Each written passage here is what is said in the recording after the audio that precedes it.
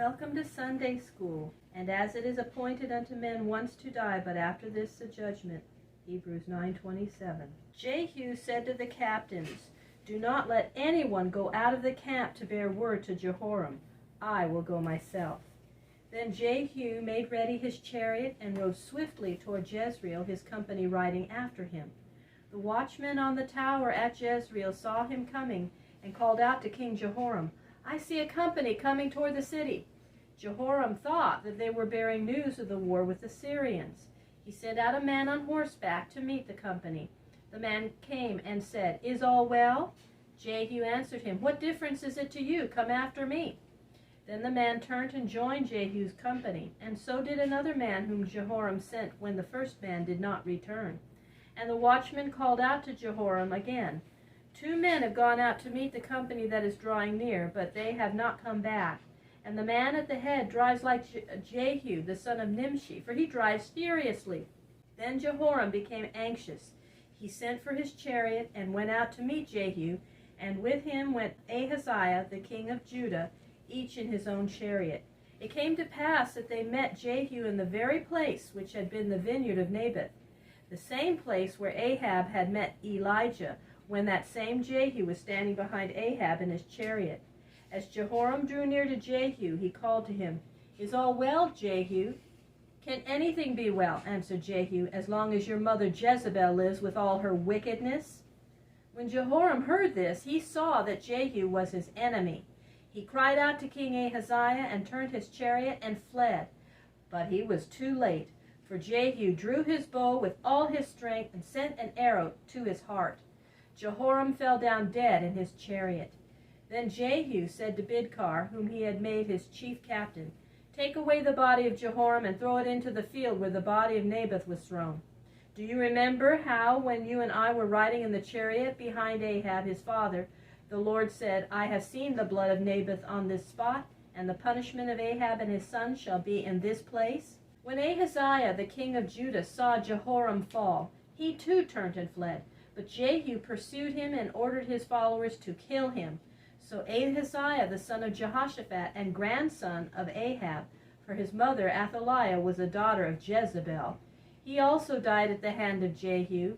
His servants took the body of Ahaziah to Jerusalem and buried it there. When Jehu rode into the city of Jezreel, Queen Jezebel knew that her end had come, but she met it boldly like a queen. She put on her royal robes and a crown upon her head and sat by the window waiting for Jehu to come.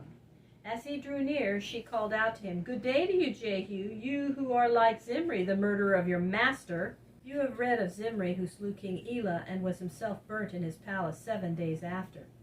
Jehu looked up to the window and called out, Who is on my side? Who? And some men looked out to him, and he said, Throw her out of the window. They threw her down, and her blood was spattered on the wall and on the horses.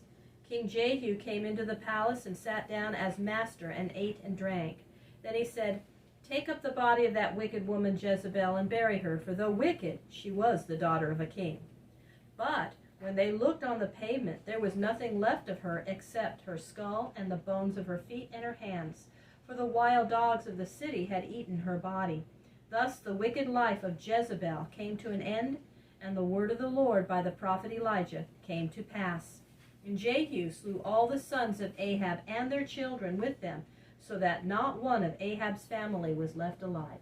When Jehu saw that he was safe and strong on the throne, he sent out a message to all the worshippers of Baal, the idol which Jezebel and the house of Ahab had brought into Israel.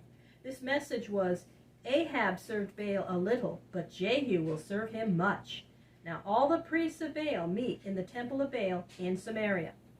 They came by hundreds, hoping that Jehu would be their friend as Ahab and his family had been.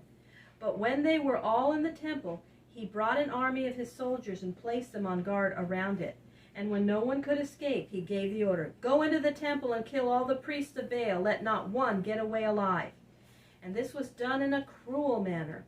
He killed all the prophets and priests of Baal and tore down the temple of Baal in Samaria. But though Jehu broke up the worship of Baal, he did not worship the Lord God of Israel as he should. He continued to serve the golden calves which Jeroboam had set up long before at Bethel and at Dan.